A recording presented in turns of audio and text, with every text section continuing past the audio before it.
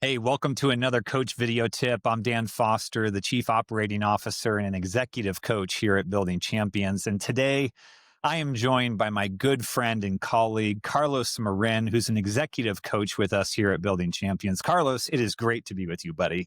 It's great to be here. Thank you for having me, Dan. Yeah, absolutely, bud. Well, hey, we're going to be talking about a challenge that I think every leader faces, which is overcoming barriers to collaborating and innovating in your Mm. teams. And so I want to explore just the way leaders and teams can overcome these barriers so that they can unlock the best ideas and work together more effectively. So, you ready to jump in? Let's do it. All right. Well, from your experience, what are some of the biggest ways that leaders can just unintentionally Mm, create barriers to collaboration and innovation? mm. Yeah, as leaders, especially if we're new to leadership or maybe we haven't been given any direct feedback on our leadership style over the years, we often believe that we must know it all, right? That we're the leader after all, and because we're the Yeah, leader, we should know it all. And it's like, isn't that why I was chosen to be the leader? Isn't that why I got the job? Is because that's I right. was so good at what I did as an individual contributor that that's why they hired me. So that belief of I need to know it all and I should have all the answers, coupled with our need to avoid the painful feeling of disappointing our leaders or management who chose us for this role, can really drive us on to having some behaviors that are protective or self-preserving, that may create real barriers to collaboration and innovation in a team setting. So, for Yeah. example, a leader calls for a team brainstorming session. It's like, hey guys, I've got a challenge, I've got a problem. Let's meet, right? There's the meeting. So now we've got this meeting and we've got all these people in the room, and the leader presents the challenge, but then immediately offers the solution. Mhm. Yep. So effectively shutting down any discussion whatsoever. It's like, here's the challenge. And I think the wisest thing to do is, and then starts talking right away, right? Yeah. Instead of allowing for the team to grapple with it. What we see there is that the leader is not really looking to brainstorm, but rather to prove that he or she has the answer and is really only wanting to let the team know or trying to get validation from that. So Right. that can lead to authority bias, or what is also known as the hippo effect, right? The highest paid person's opinion is the most important. And that's one thing we see, that bias is this cognitive tendency to attribute greater accuracy and importance to the opinion of an authority figure Yes. regardless of the actual content. So Exactly. that's one of the first issues is Yeah. we do this as leaders thinking the best things, but that just can cause team members to just blindly accept the leader's opinion, Yep. and then it inhibits critical evaluation of other opinions, and then it stifles creativity. Yeah. Yeah. Cause I mean, who's going to raise their hand after a leader says, in my opinion, this is the wisest way to go? Who has the guts to raise their hand and go, yeah, I Right. think you're wrong, boss. Yeah. Sorry. And Yeah. that takes a lot of high trust. And you can avoid all of that by doing like what you said, saying, hey, let's bring this conversation to the label table. I want to hear what you all think first. Right. Hmm. And oh, Yeah, that's good. But exactly. Now, that's good. closely related to that, Dan, is a leader's inability to model openness of to new Mm, ideas. okay. So that's the second step. One is thinking, okay, let me hear what y'all have to say, and genuinely listen, like genuinely hear people out rather than just, okay, everybody just kind of say what you got to say. I still have the answer to it, and what I say is going to go. Okay, be careful with that because you need to really model openness to new ideas connected to that. So again, this may come from a seemingly noble place of, Mm, I've been thinking a lot about this more than all of you. And, I must have the right answer or the idea. So let me just save everybody time and effort and cut to the chase. Right. And yeah. so Right. that's seemingly a nice thing to do. But in the name of efficiency, the leader then fails to create space for tinkering, or what I actually call thinkering, right? Engaging a greater number of brains in the room instead of just leaning on his or her own understanding. I love that, man. You're so right. Because sometimes leaders that are, maybe on the disc, a high D, they Well, just want to get to the decision, let's the get to it. result, let's go, right? And then you miss out on that. What did you call it? Thinkering? Is that what you called it? Yeah, Yeah, I thinkering. love it. I love it. It's a new term I'm going to use. So you miss out on that when you're just so ready to drive to decisions that you Mhm. don't leave that space. That's really good. Really good. So, okay. So now we've talked about how leaders can create these barriers. What about just within teams themselves? What do you see happening at the team level that causes some of those barriers? And how can a Mm. leader then help his or her team to overcome those challenges? Yeah. Yeah. Arguably, the greatest threat or barrier to collaboration and innovation is trust. Yeah. Mistrust in a team leads to a few things: silos, Yep. misalignment, and I think worst of all, a lack of psychological safety. Mm. Now, we define psychological safety as a belief that one will not be punished or humiliated for speaking up with ideas, questions, concerns, or mistakes, and that the team is safe for interpersonal risk taking. So, is it Oh, safe, right? Is the yeah. water safe, right? Can I actually be myself, my true self here? So, when team members feel that the team culture is safe, then they show up as their true selves. They Mm. speak up with new ideas. They ask questions. They raise concerns, and they hold the tension between making mistakes and dealing with failure. Two Yeah. kind of different things. There's a nuance there, Right. and Yeah. they are more likely to then take interpersonal risks that pay off in greater ideas and higher levels of team flow. Now, the other thing is what you said was interesting too. The question is, well, then how do you fix that, right? How do you engage with it? How do you help reset the team culture? I think is what you said. So depending on where you're at in the trust continuum, whether it's you're a new leader of a new team and you need to build trust, or versus being a leader of a team that has lost trust and needs to rebuild trust, the roadmap might offer different levels of difficulty. Okay. However, there's four things that one of our coaches, Jonathan Rogers, talks about, and these four aspects can help you dive into helping you build a culture of trust. So he talks about four things. Number one is integrity. And the Mm. question they're asking there is, do I trust you're honest with me? Do I trust that you're telling me the truth? It really Yeah. comes down to a very basic level of trust and integrity. Are you who you say you are in that sense? Do I trust you're being honest? Is there honesty there? Two, capability. Do I trust you know what you're doing? That you're actually competent. A lot of the Right. times we don't fear our leaders' integrity. We think no, they're good people, but what we do actually fear is a little bit more around their competency, their Mhm. capability. So do I trust that you know what you're doing? Three, he speaks on to vulnerability. Do Mm. I trust you enough to be authentically me? And that is key. And people are asking that question Yeah. in the back of their head. Do I Yeah. trust you enough to be authentically me? And four, dependability. Do I trust you are consistent, reliable, and will follow through on what you say you will do? So by Mhm. asking and answering these questions, and I think more importantly, modeling the answers to your team, you'll be on the road to building great, great trust. I love that. I love that, man. Thank you. And trust is the foundation of everything. We deal with that all the time in coaching. And if you don't have that trust, then like you said, the people that are in the room, they might only be about 80% there. And you need them to be 100% there with everything of who they are, what they're thinking about, even if it's different ideas Mhm. and ways to approach something.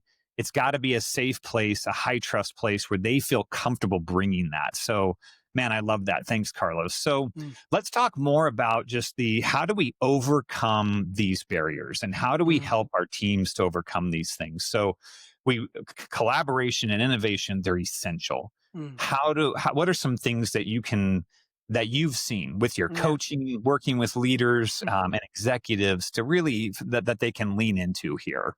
Yeah. I think once you have trust as that foundation, then you'll want to continue building a culture of collaboration and innovation by adding a few more building blocks. For Okay. example, you may want to get very clear on the why behind the team's work, Mm, helping team members connect the dots between how what they do day in and day out connects to the greater why of the organization yeah. will fuel engagement. It's going to fuel focus, collaboration, innovation, right?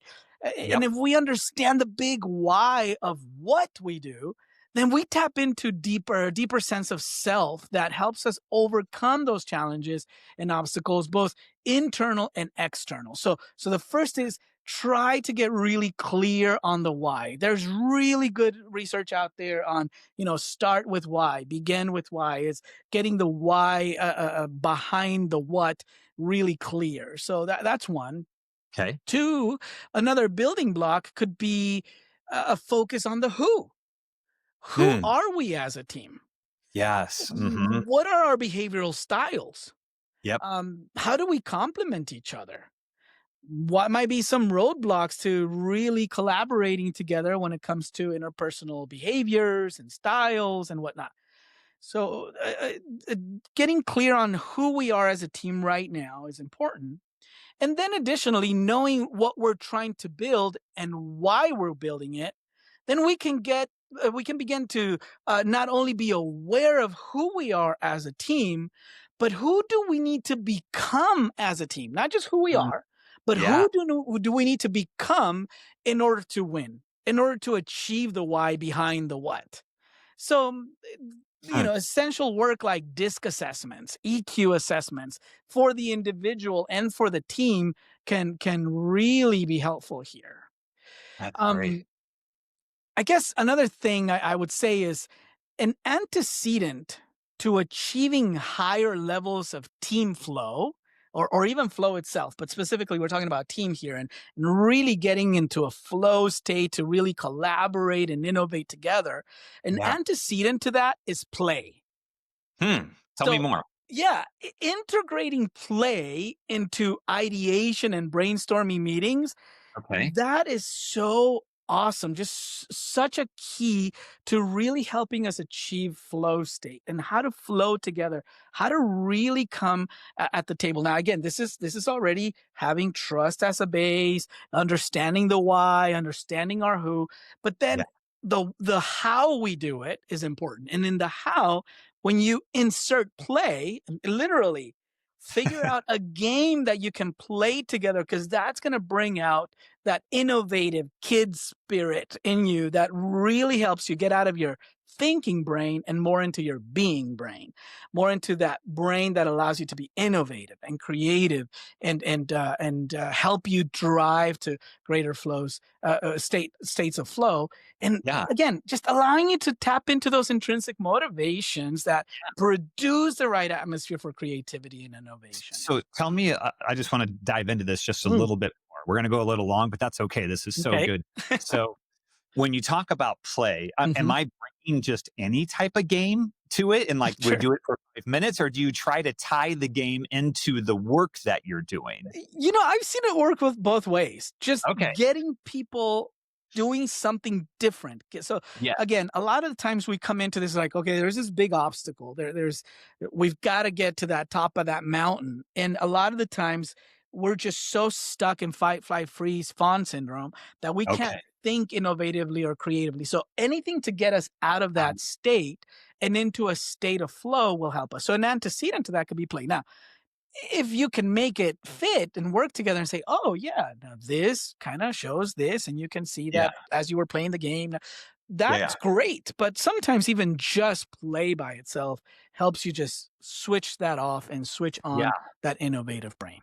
Yeah, I've been in team workshops where I've been a participant. We've done something like that, or we've been a team meeting where someone will do that. And you're right. What it does is it sort of takes down the anxiety just a little bit Mhm. that maybe you're feeling coming into a meeting, having crucial conversations, high stakes conversations. And you start to do this play, and all of a sudden you're like, okay, wait a minute, we're a team here, we're having Mhm. fun together. Let's take how we're feeling right now and take this into those crucial Yeah. conversations that we're having. Mhm. And you're right, I think they do flow better. I hadn't really connected the two of those together, so now I got to think of some great games to bring into my leadership team meetings. Do So it. Legos work. yeah, All sorts of kind of games can work. There's yeah. actually a lot of research around it too. So That's great. That's yeah. great. Okay, so I want to move from theory to practice here. Mhm. I'd love to hear you share a story about how you've worked with clients before, Mhm. and like, just what has their experience been, and they were facing Mhm. barriers, and how did you help them overcome that? Walk us through Yeah. that. Yeah, I was working with the senior leadership team in a mid-sized tech company that was really struggling to innovate. I mean, they've been stuck, a lot of know-it-alls and not a lot of learn-it-alls. And so Oh, that's good. I there's love something you look that up because there's a it. bigger Okay. story around that. And on the surface, they had again smart people Mhm. and plenty of resources. It was really interesting because a lot of them, when I interviewed them one on one, they really talked about how smart they were. It was really peculiar, and all the smarts that they brought to the team. But really, I mean, they could not make one wise person out of all that smart. And so, wisdom and knowledge are two very different things. They were stuck. And so the barriers really came from two places. First, the leader would unintentionally shut down new ideas by always weighing in too quickly with their own perspective. It's just like we were talking about at the Mm, beginning. So all yep. the time he would just weigh in. Well, here's a problem. Here's what I think. Like immediately, it's like, dude, just bring it down. Let the team kind of weigh in. Let them weigh in so they can buy in and start winning. Second, the team had really grown siloed, with Okay. each function really protecting their turf instead of collaborating. So again, protective self-preservation is Yeah. starts arising because I'm on fight, flight, freeze mode, and so Yeah. don't touch my team. My team's already overworked. La da da da da. True or not true? That's what was happening. So silos started popping up, and we started by creating space for the leader to step back and Mm, coaching him instead of speaking first, begin asking more questions and inviting your team to challenge those assumptions. yeah. Really bring that in. Allow for dissent. Hey, help me understand. Tell me three reasons why this is not going to work. That sort of Yeah. thing, right? Yeah. Uh-huh. That shift alone made a huge difference in how safe people really felt to Okay. contribute and to say, okay, now we're talking, right? And so they were just opening up a lot more. Yeah. So that's on the leader side. On the team side, we worked on clarifying shared priorities and introduced just a simple rhythm. Every 2 weeks, they had a structured innovation huddle where Okay. you would have cross functional groups brainstorming around a specific challenge. Yes. And by putting those guardrails in process and making collaboration a rhythm rather than just an expectation or sorry, an exception, then Yeah. it helped build trust and momentum. So again, rhythm, this is what we do. Yes. We always innovate. We're always looking at here and collaborating together.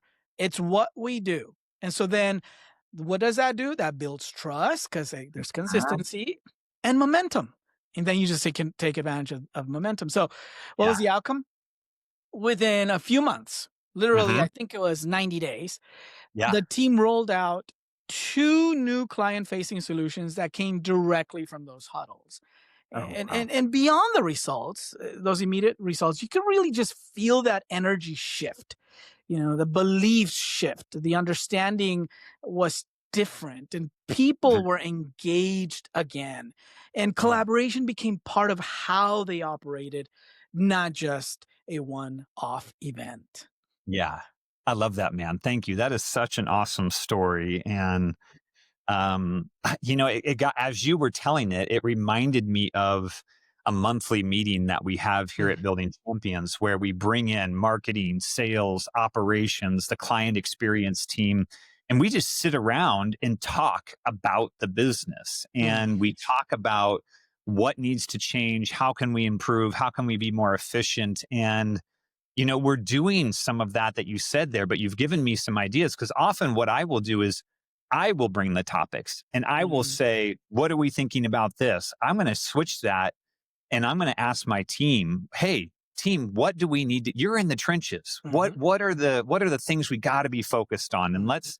let's build that trust with them so they feel comfortable raising their hand and going, hey, we're not doing this well. We Mhm. can be better. Right. So I love that, man. Thank you. Awesome. Man, this has been so rich, Carlos. Thank Mm. you so much. But I know we went a little long, listeners, but I don't know about you, but I literally can't wait to watch the recording of this and take some more notes for myself. So, Carlos, great job, bud. Great to be with you. If you're watching this and you're thinking, man, I want to know more, I need to work with my team on collaboration and innovation. I need to think about how I might be being a barrier as a leader.